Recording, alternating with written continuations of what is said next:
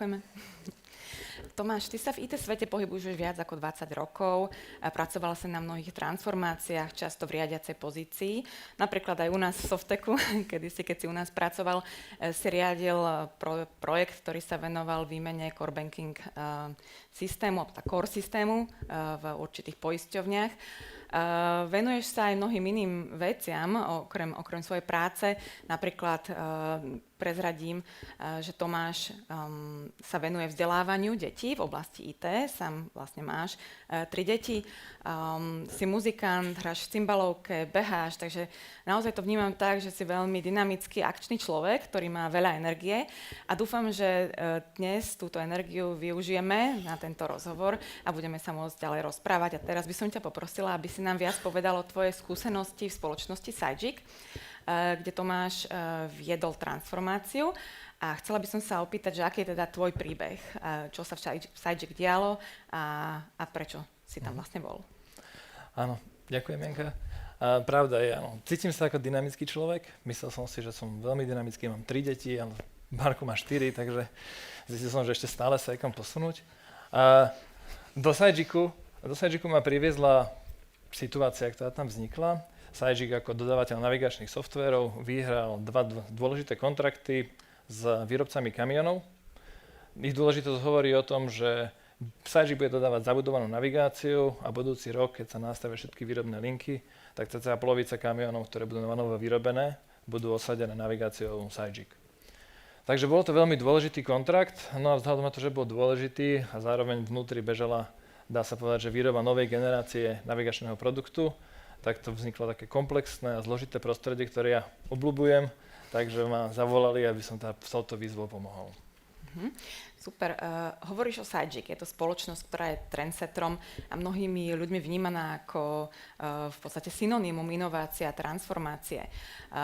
Môžeme spomenúť napríklad úspech, ktorým bolo, že Sajik dostal navigáciu do mobilov, do Apple mobilov skôr ako Google Maps a dnes používa túto navigáciu alebo celkovo navigácie Sajik viac ako, myslím, že 200 miliónov užívateľov, si mi hovoril celosvetovo, čo je samozrejme obrovský úspech.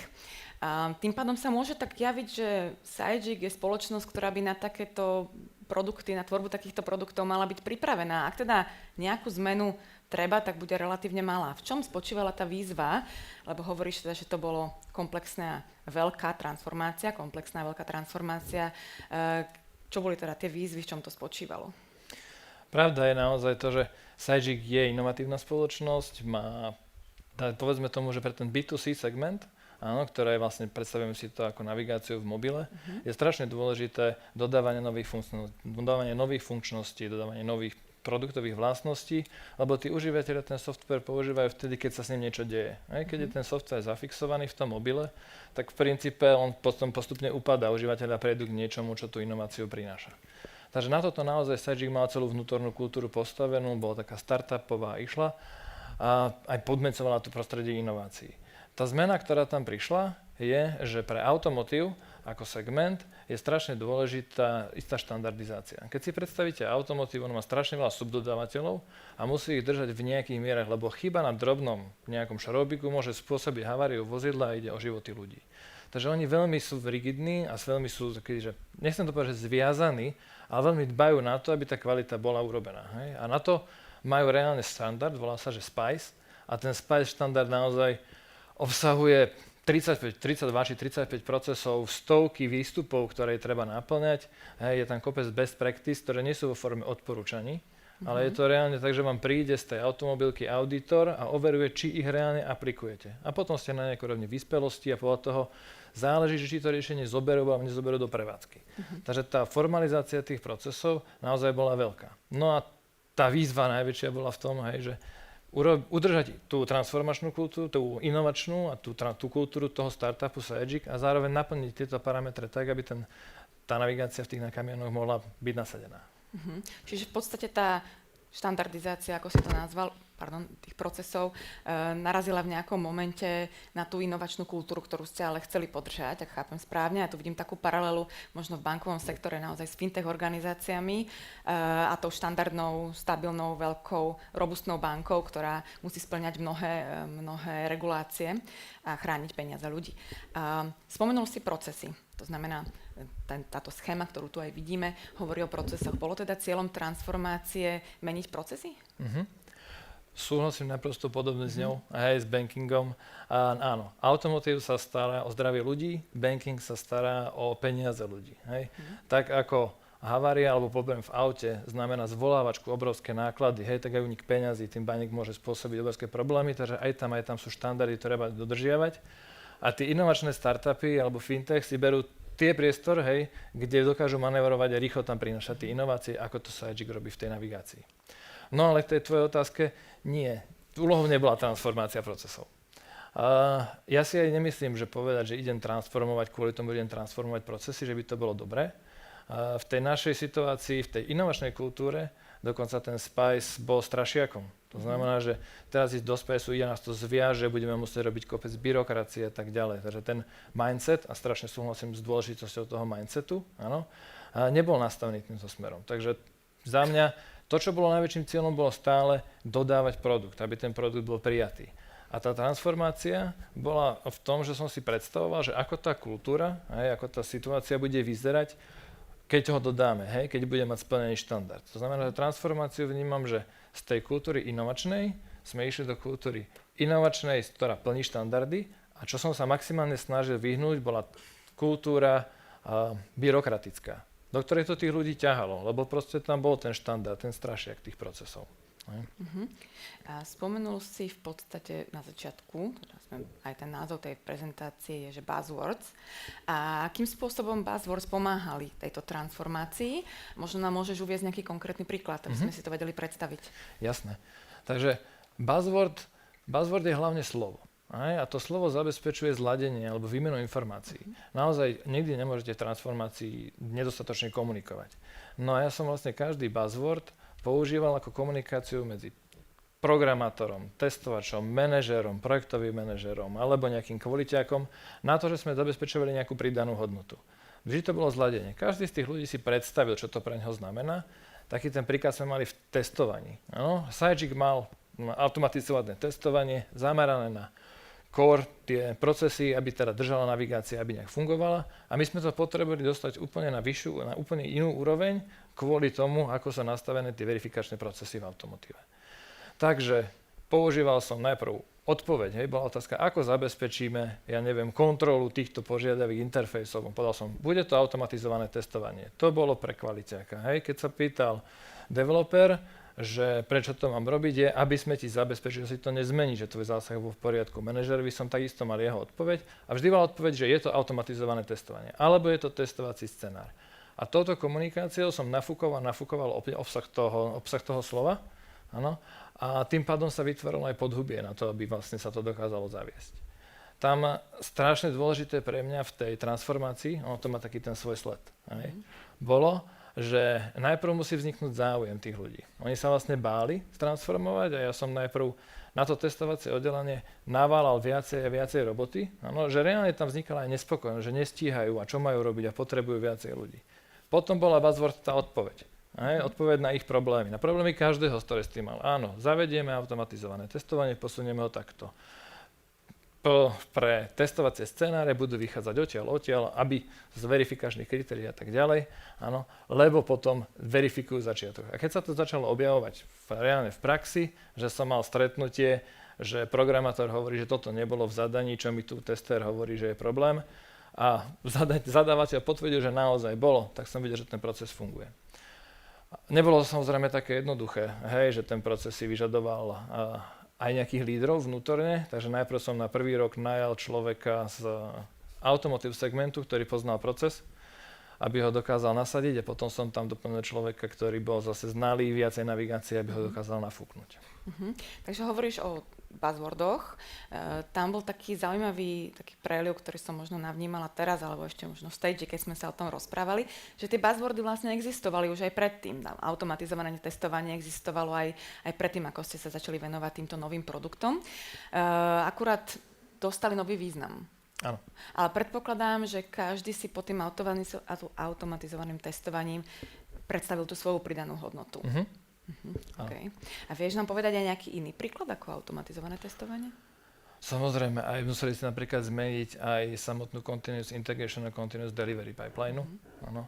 Tam reálne sme boli v situácii, že Sygic bol zvyknutý mať jeden produkt, áno, a ten vlastne stále, ten testovať v tej inovácii cez alfa a beta skupinu, komunikáciu a potom vydávať von.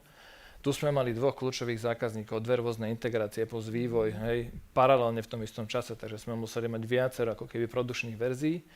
No a reálne som prišiel 3 alebo 4 krát za programátormi. Prišiel znamená, že reálne som spravil stretnutie a vysvetľoval som im, že ako to chceme zmeniť a prečo. A najprv tam bol odpor, áno, ale nemôžem ísť do odporu, lebo by som zasekol celú transformáciu. Takže som im vysvetľoval. Navodili sme situácie reálne, že aby pochopili programátori, že potrebujeme tú zmenu, aby urobili správne, aby pochopili pridanú hodnotu. Hej, to znamená, že aj CICD pipeline napríklad sme menili. Menili sme spôsob zadávania špecifikácie, aby sme dokázali to riešenie krájať po drobných kúskoch, áno, aby z toho nebol nejaký veľký waterfall, aj keď sme mali waterfallový nejaký jasný program, hej, z vrchu, hej, ten top-down planning bol jasný, boli deadliny, boli milníky, kedy sa museli dodať funkcionality. Otázka bola len do akej úrovne detailu alebo do akej šírky tie funkcionality pokryjeme, hej, aby sme to v čase stihli. A tie buzzwordy, predpokladám, okrem toho, teda, že si spomínal, že získavali širší význam, určite zjednodušovali spôsob komunikácie a zefektívňovali tú komunikáciu naprieč organizáciou, pretože stačilo povedať buzzword a každý si pod ním už tým pádom mohol predstaviť to, čo bolo treba. Máš ty nejaký... Prepáč, povedz. No jasné, poď. Či máš ty nejaký obľúbený buzzword? Môj obľúbený buzzword? Ja som mal strašne... môj obľúbený buzzword bolo riziko. Hej. Môj obľúbený buzzword bolo riziko a bolo to kvôli tomu, že riziko bolo miesto, kde si ľudia mohli odložiť problém. Ono to ineblovalo toho človeka. Keďže tá transformácia tam bežala, popri tom boli termíny vývojové a tak ďalej, áno, a mali sme kopec naozaj problémov, tak ja som každý deň riešil 10 ľudí, ktorí prišli, tu máme problém. A teraz to si človek neudrží v hlave, hej, potrebuje s tým nejak pracovať a zase keď na to nedá odpoveď, alebo tomu človeku nepovie, že je to odložené, áno, tak on s tým chodí. A to som hneď na začiatku mal takú situáciu, že sme riešili jednu nepodstatnú otázku a riešili sme ju 2 týždne, hej, a riešili asi 20 ľudí, tak som potom povedal, že dajú do rizika. Dali sme ho do rizika, identifikovali sme dopady, išli sme ďalej. Hej, on bol spokojný, že je to v riziku a takto som zrazu enabloval strašne veľa ľudí. Hej. Oni sa síce potom niektorí sťažovali, že moje veci sa neriešia, ale keďže som mal každý týždeň risk board, kde som prešiel a tie najdôležitejšie sme s tým vždy riešili, tak bolo zrejme pre všetkých, že áno, je to tam v evidencii, nestratí sa to, venujeme sa tým najdôležitejším, čo nás najviac môžu ovplyvniť. Takže môj obľúbený buzzword bol riskboard. Keďže ľudia so mnou chodili za problémy, tak daj to do riskboardu. To je pekné. A hovoríš teraz aj o tých ľuďoch a o tom, akí sú dôležití pre transformáciu a spomínal si aj nové posily do týmu, ktoré si priniesol na to, aby ste dosiahli ciele, ktoré ste, alebo teda dosiahli tie ciele, ktoré ste potrebovali. Určite je tam ale dôležitá rola aj taká strategicko riadiaca, niekto, koho by sme mohli nazvať transformačný manažer, ktorý si bol práve ty v tomto prípade. Čo si myslíš, aké sú také dôležité vlastnosti tohto transformačného manažera, prípadne akým spôsobom riadiť transformáciu naozaj z toho high level pohľadu? Transformačný manažer je strašne dôležitá osoba z toho pohľadu a ona má vlastne viacero tých rozmerov. Hej. Jeden je, že čo je transformačný manažer ako taký, ano, že čo mu je vlastné. Lebo transformačný manažer musí mať, teda podľa mňa, hej, charakteristiku typu, že má systémové analytické myslenie, aby dokázal strašne rýchlo pochopiť tie súvislosti, dokázal sa orientovať v zložitom prostredí. Musí mať jasnú strategickú víziu, že kam chce ísť, musí mať ten people management skill, aby dokázal pracovať s ľuďmi a to musí byť niečo, čo mu je vlastné. Hej, v tej zložitosti procesu nad týmto nemôže ani rozmýšľať. To proste musí mať v sebe, hej, to proste musí z neho vyžarovať. Kvôli tomu potom sú ľudia mu schopní uveriť a nasledovať ho. No, lebo potom to, s čím on pracuje, alebo potom ďalej je v tej rovine transformačnej, je vlastne zabezpečenie výmeny informácií a tak ďalej. Na to ja som používal veľmi tie buzzwordy, lebo mi to veľmi pomáhalo. No a oni majú ako keby, že 3 roviny. Hej. Jedna vec je procesná. To znamená, ten buzzword musel byť jasne uchopený v procese a musel som vždy vedieť ľuďom vysvetliť, že keď tu dáme automatizované testovanie, tu sú z toho takéto výstupy, ja neviem, testing report, hej, niekto má vstup, to je nejaké naprogramovanie, ako to dosiahnem, že to bude programátor.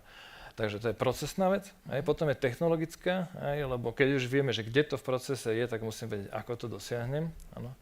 No a tá posledná je organizačná, že vždy to musí mať lídra, aby to proste nestalo na mňa. Hej. Tá dôležitá vec, na čo musí mať transformačný manažer fokus, je, že tie veci zo seba posúva dole. Že tí ľudia rastú a cítia sa v tej novej kultúre dobre, že tú kultúru vlastne budujú oni.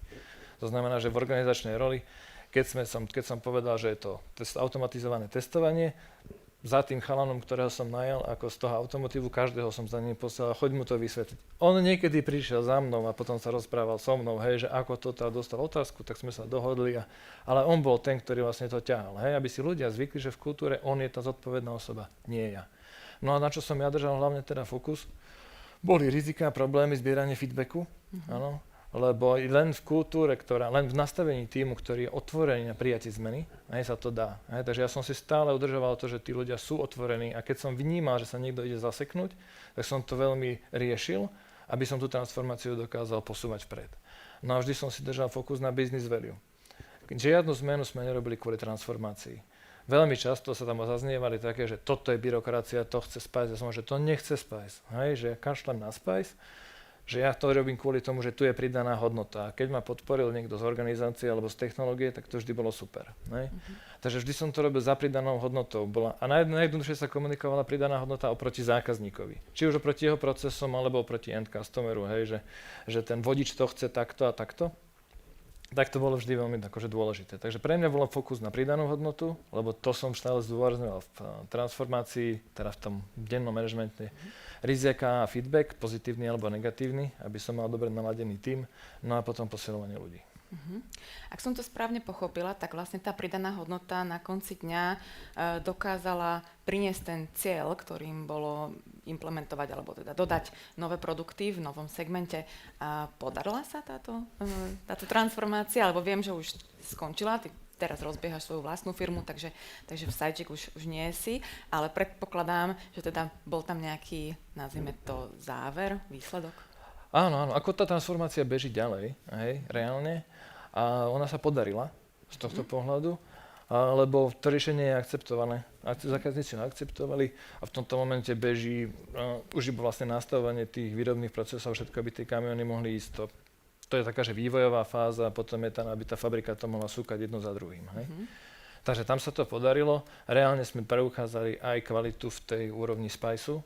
Dokázali sme to dostať na určitú úroveň, samozrejme dá sa tam postupovať vyššie. Áno, ale takú, ktorá bola dostačujúca s tým, že sme si udržali. No, takže áno. No. Super, gratulujem. Transformácia, povedal si, že nikdy nekončí, ale náš čas sa pomaly blíži ku koncu, takže dnes sa znova pozrieme, alebo v tomto momente sa pozrieme na otázky z publika. Poprosím otázky. Režiu, ďakujem. Nastala situácia, kde buzzwordy pracovali proti vám? Trvalo dlho, kým sa prišlo na to, že ich ľudia chápu inak? Poviem to inak. Nastala situácia, že ľudia chápali buzzwordy inak. Áno. Nepovedal by som, že pracovala proti mne. Práve, že ja som sa snažil navnímať, aj keď ich chápali zle a pracoval som s tým, aby sme to zmenili. To znamená, že niekedy sa nedá tomu zabrániť. Aj v tej CICD pipeline bola situácia, že naozaj, že asi 2 mesiace tí ľudia zánovite išli po svojom. Aj vlastne ja som hovoril, že áno, odpovedové CICD a nafúkoval som to. A oni to robili po svojom, až do momentu, kým pochopili, že sa to musí zmeniť. Ale museli na to prísť oni. Takže bola situácia, že to chápali inak. Nebral som to, že pracujú proti mne. Teda, prepáč, bol. Samotný Aspice. Nemohol som v živote použiť, že idem robiť Aspice. Aspice spôsoboval blokovanie, spôsoboval odpor. Nebudem to robiť, to je byrokracia. Nie. Takže tento bol buzzword, ktorý som vedel, že nepoužijem. Používal som ho opačne. Nie, nerobím to kvôli Aspice. Čiže dobre je aj vylúčiť niektoré buzzwordy. Áno, buzzword je naozaj len komunikačný prostriedok. Áno, takže keď si ho ľudia spoja s ničím negatívnym, áno, tak ho treba vylúčiť. On v sebe nesie aj technologickú rovinu, ale vždy viete nájsť iný buzzword. Zaviedol som aj nejaké interné naše vlastné buzzwordy na to, aby som rozdielil testovací proces na validáciu a verifikáciu. A chvíľu trvalo, kým sme si ich vyštrngali, ale zaviedol som aj vlastné. Čiže bolo dôležité v podstate si priniesť aj nové pojmy na to, aby si docielil to, čo bolo treba. Áno, tie buzzwordy je nástroj v tej kultúrnej zmene. A tá je vždy poplatná tým ľuďom, ktorí tam sú. Takže keď som zistil, že toto na nich platí, že tomuto pochopia a nasmeruje ich to tým smerom, kde potrebujem, tak som to používal. Keď ich to ťahalo inam, tak som to zase utlmil. OK, ďakujeme. Poďme na ďalšiu otázku. Nebol k buzzwordom odpor? Samotné slovo buzzword má veľakrát negatívnu konotáciu. Keďže som, tak to poviem, že k buzzwordom odpor. Vždy tam je na začiatku potreby vytvorenie tej potreby. Buzzword je iba odpoveď na potrebu. To znamená, keby som prišiel a začal som tlačiť, že ideme robiť automatizované testovanie, tak by som mal strašný odpor, že kto to bude robiť, ako a tak ďalej. Takže ja som vedel, že ho chcem, vedel som, že sa tam dostanem, ale čakal som na tú vhodnú príležitosť. A to bolo to, že som vedel, že OK, potrebujem vysokú efektivitu a veľa vyrábať. Tak som vyrábal, bol som limitovaný zdrojmi, mal som tam sadu tým testovačov a tí nestíhali. A v momente, keď už nestíhali tak ďalej, ja som potreboval urobiť nejaké úpravy v tíme, tak som prišiel za jedným programátorom a rozprával som sa s ním, pozri sa, že ja musím posíliť testing, áno, lenže tým pádom nemám zdroje, musím teba uvoľniť, ale prejdi mi ty do testingu, poď mi robiť automatizované testy, pobavili sme to, našiel sa v tom víziu a reálne som ho switchol a naprogramoval mi automatizované testovanie. A tým pádom mi priniesol robotu viacerých ľudí, ako keby, že pokryl väčší zdroj. No tak, no a teraz rozmýšľam, či odpovedám na tú otázku. Takže... Môžeme prejsť kľudne na ďalšiu. Myslím, že si to zodpovedal, aj si o tom už hovoril predtým, že ľudia musia cítiť potrebu, na konci dňa pomenovať to, čo potrebujeme a potom sa tomu dá už iba, tak povedzme, že nálepka, aj ten buzzword, ktorý slúži na jednoduchšiu komunikáciu. Ďakujem. Áno, tá pointa bola, že nerobiť to kvôli buzzwordu. Keď je buzzword odpoveďou na riešenie, tak každý sa v tom buzzworde uvidí a potom automaticky ním ide. A upravil by si to podľa seba, hej, a dostanem tú pridanú hodnotu. OK. Dobre, potrebujú kamióny vstávanú navigáciu? Aká je pridaná hodnota pre zákazníka, keď existujú globálne riešenia ako Google Maps alebo Waze? Výborná otázka. Pomáha mi, lebo tie kamióny v pôvodne najprv chceli. Takže potrebujú vstávanú? Áno. Jedna vec je, že je to služba, feature toho kamiónu, ktorú si ten vodič chce alebo nechce kúpiť. Hej, keď si ju kúpi, tak ju tam má. A požiadavka tých spoločností bola, áno, chceme 100% online. Hej. A tam sme aj riešili ako keby, že problém medzi online a offline. Totiž najväčší problém kamionov je, keď sa dostane do neznámej oblasti, hej, a teraz niekde nevieš, či tam má tunel alebo nejde. Keď máte online navigáciu a ste v prostredí mimo signálu, zídete z cesty po 200 metroch, hej, ste odišli z nakešovanej rúty a neviete. Potom sa zaseknete, potom máte problémy s tým kopec dopadov, hej, môžete kamión oškreť, môžete nevedieť vycúvať, urobiť nehody. Hej. Teraz doslova zaseknúť, myslíš? Vyslovene, áno, doslova, jasné, hej, tie kamiony majú rôzne rozmery, výšky, hej, ten tunel nie je označený, bum, je tam. Hej. Takže oni potrebujú sa vedieť dostať von. On sa tam v tej dedinke malej nemôže učiť a snažiť sa tam vycúvať neznalosť, hej, takže on potrebuje mať offline navigáciu. Hej, a to, čo zabezpečuje tá zabudovaná navigácia, že je offline. Vie si ju kúpiť aj samostatne, ale toto je jedno gro. No a druhá vec je, prečo ju potrebuje, hej, že keď už je teda offline a nebojujeme s tým Wazeom a Googlom, áno, lebo má offline, je, že connected car sa veľmi posúvajú aj v kamionoch. Áno. To znamená, že tam, do čo vstupujú technológie, a preto aj tie všetky štandardy sú, že kamióny ako také už podľa toho uspôsobujú rýchlosť, lebo tam sa snažia zmeniť spotrebu, tam sa dostáva podľa toho, že kade chcete ísť, spotreba sa uspôsobuje a tak ďalej. Je to ešte dôležitejšie pri elektrických kamionoch, ktoré sa začnú vyrábať a automobilky ich musia robiť, lebo ináč budú platiť také pokuty, že umrú. Hej? Lebo tam vám ide o to, že aj či idete do kopca alebo z kopca a kade, hej, má to dopad na spotrebu, má to dopad na to, ako šetriť, kam sa ísť nabíjať. Hej?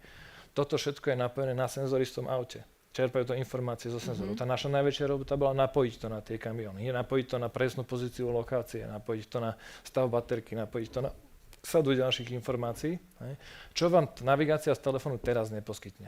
Je to zase kvôli bezpečnosti, že ten CarPlay a Android Auto vás to nepustí tak hlboko do systému, lebo je to bezpečnostné riziko.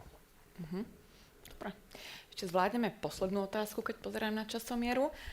Podarilo sa zlomiť všetkých, alebo koľky odišli a prečo?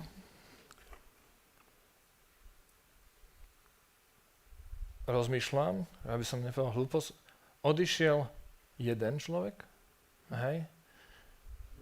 A ten odišiel z toho dôvodu, že keď som rástol a ďalej v tíme a zistil, že nebude robiť so mnou, tak mal druhú ponuku, hej? Že som medzi seba vsunul jedného človeka, hej? V rámci tej transformácie. tak povedal, že so mnou by zostal, hej, napriamo, ale že keď už si má zvykať na nového šéfa a volali ho do pôvodného zamestnania niekam, hej, tak si na tú zmenu povedal, že ide tam, že mu to je bližšie. A bol to ten šéf ináč toho testingu automotivového, ktorý si tam rok naozaj vytrpel, lebo musel ten proces zažiť a potom ho zavolali pre neho ako keby na dovolenku, hej, že veď poď sem k nám pomôcť s tým, čo sme sa pôvodne bavili. Hej, takže to bol jediný. Ostatný zlomiť viac, menej, niektorí viac, niektorí menej. Niektorí si doteraz myslia, že sa nič nezmenilo. Hej. A to je úspech. Áno, niektoré. Ešte keď už to bolo vlastne odozdané všetko a pýtal sa, tí prišli za mnou, že a kedy budeme ten Aspice riešiť? Ja hovorím, že dobre, že to som rád, hej, že to už je za nami, hej, hej, že už to je nám. A áno, a poviem si, že áno, podarilo sa.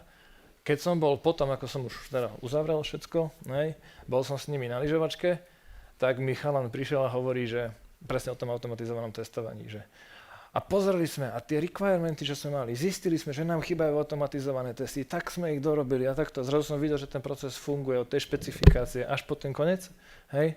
Aj keď som tam nebol, takže pre mňa to bol strašne dobrý pocit, hej, že ten systém sa nastavil a tí ľudia mu rozumejú, že hľadajú tam tie veci a posúvajú to ďalej. A prezrad nám poslednú informáciu, teda ja som zvedavá, kedy príde prvý kamión na trh, ktorý bude mať SiteJack navigáciu. No reálne by mali prísť koncom tohto roka alebo začiatkom budúceho. Hej. Nemôžem povedať značky, ale malo by to byť tak. Hej. Asi v nich väčšina z nás nebude sedieť, ale môžeme ich stretávať na cestách. takže tešíme sa. Áno. Tešíme sa, lebo to zvyšuje aj našu bezpečnosť, samozrejme, predpokladám. Takže ďakujem veľmi pekne, Tomáš, za zdieľanie zaujímavých skúseností. Ďakujem aj ja. Maj sa.